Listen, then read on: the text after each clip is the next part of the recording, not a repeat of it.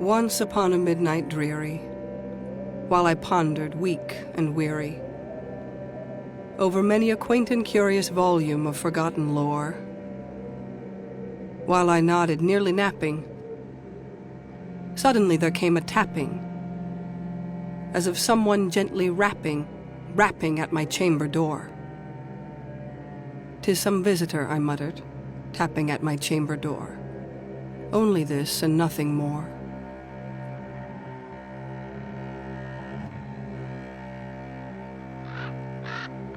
Ah, distinctly I remember, it was in the bleak December, and each separate dying ember wrought its ghost upon the floor.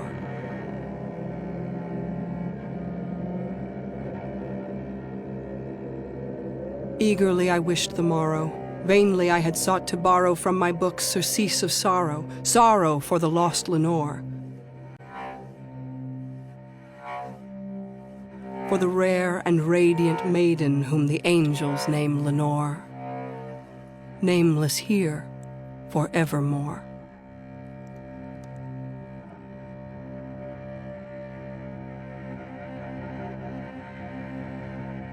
And the silken, sad, uncertain rustling of each purple curtain thrilled me, filled me with fantastic terrors never felt before, so that now, to still the beating of my heart, I stood repeating, "'Tis some visitor entreating entrance at my chamber door."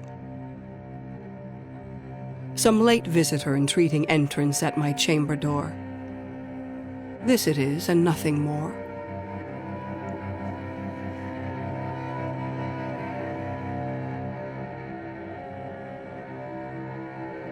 Presently my soul grew stronger, hesitating then no longer. "Sir," said I, "or madam, truly your forgiveness I implore. But the fact is I was napping, and so gently you came rapping, and so faintly you came tapping at my chamber door, that I scarce was sure I heard you." Here I opened wide the door. Darkness there, and nothing more. Deep into that darkness peering, long I stood there, wondering, fearing, doubting, dreaming dreams no mortal ever dared to dream before.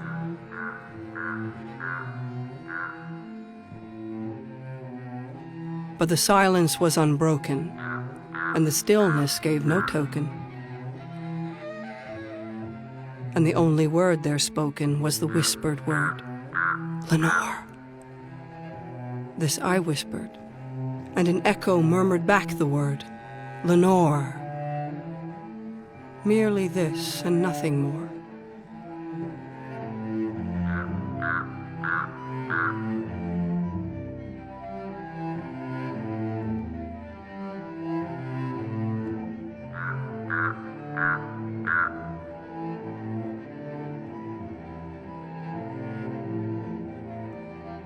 Back into the chamber turning, all my soul within me burning, soon again I heard a tapping somewhat louder than before.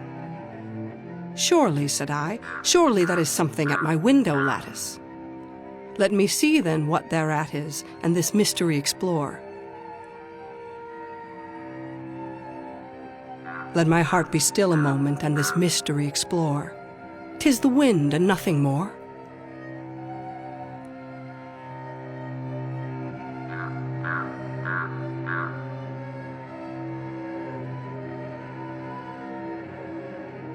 Open here I flung the shutter, when, with many a flirt and flutter, in there stepped a stately raven of the saintly days of yore.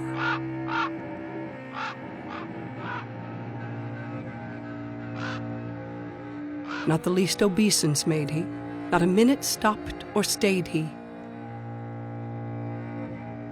but, with mien of lord or lady, perched above my chamber door, perched upon a bust of Pallas just above my chamber door, perched and sat, and nothing more. Then this ebony bird beguiling my sad fancy into smiling, by the grave and stern decorum of the countenance it wore,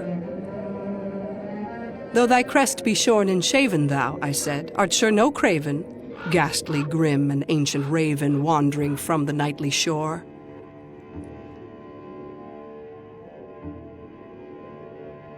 Tell me what thy lordly name is on the night's Plutonian shore. Quoth the raven, nevermore.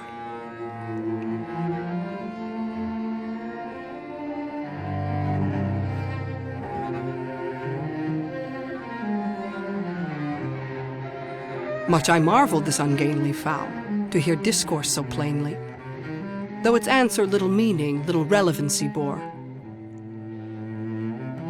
For we cannot help agreeing that no living human being ever yet was blessed with seeing bird above his chamber door. Bird or beast upon the sculptured bust above his chamber door, with such name as nevermore.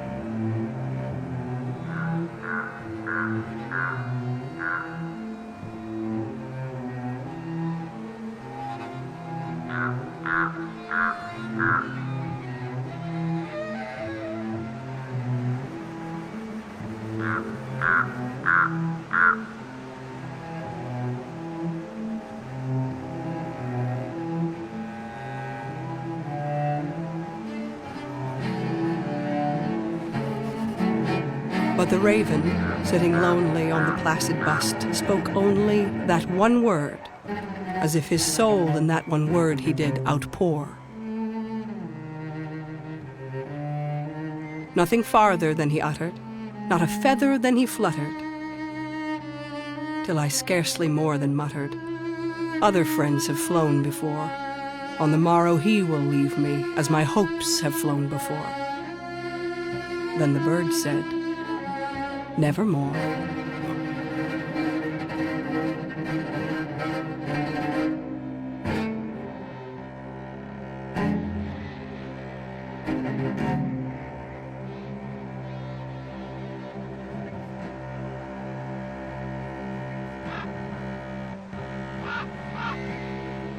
Startled at the stillness broken by reply so aptly spoken.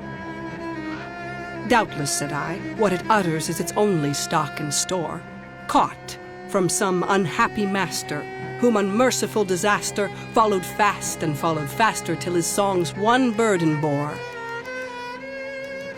till the dirges of his hope that melancholy burden bore, of never, nevermore. But the raven, still beguiling all my fancy into smiling, straight I wheeled a cushion seat in front of bird and bust and door. Then, upon the velvet sinking, I betook myself to linking fancy unto fancy, thinking what this ominous bird of yore, what this grim, ungainly, ghastly, gaunt, and ominous bird of yore meant in croaking nevermore.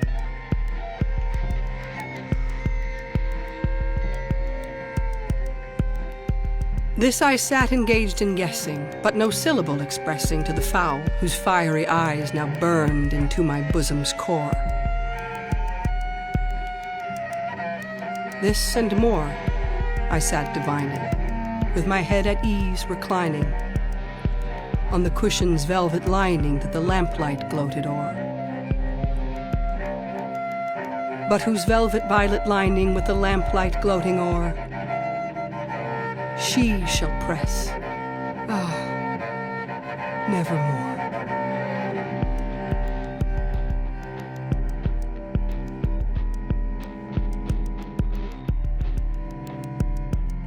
Then, methought, the air grew denser, perfumed from an unseen censer swung by seraphim, whose footfalls tinkled on the tufted floor. Wretch, I cried, Thy God hath lent thee, by these angels he hath sent thee respite. Respite and nepenthe from thy memories of Lenore. Quaff, oh quaff this kind nepenthe, and forget this lost Lenore. Quoth the raven, nevermore.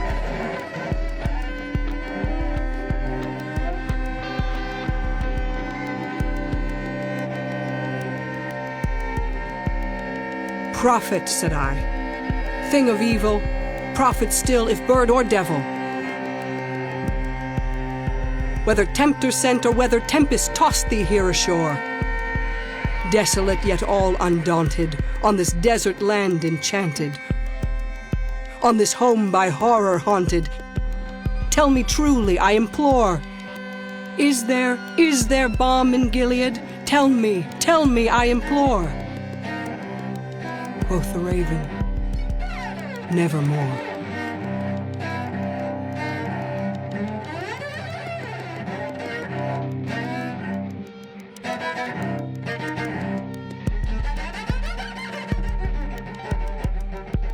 Prophet, said I, thing of evil, prophet still, if bird or devil, by that heaven that bends above us, by that God we both adore, tell this soul with sorrow laden if, within the distant Aidenn, it shall clasp a sainted maiden whom the angels name Lenore.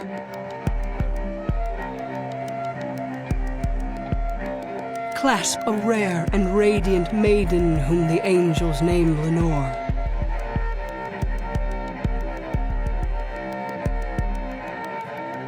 Quoth the raven, nevermore.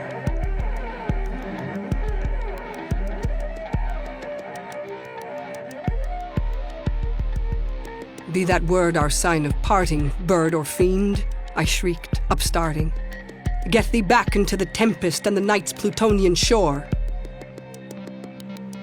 Leave no black plume as a token of that lie thy soul hath spoken. Leave my loneliness unbroken. Quit the bust above my door.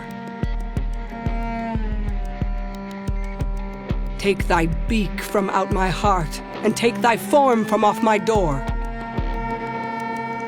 Quoth the raven, nevermore.